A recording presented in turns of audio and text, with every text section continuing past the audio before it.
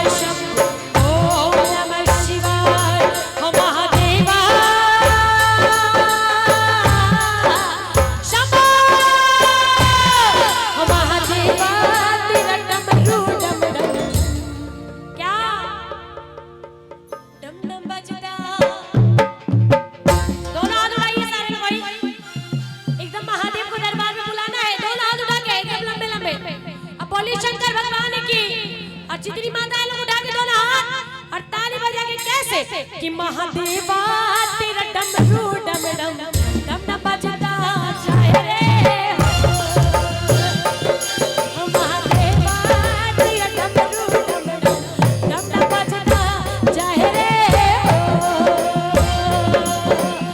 ओम नमः शिवाय शंभो ओम नमः शिवाय ओम नमः शिवाय शंभो ओम नमः शिवाय ताली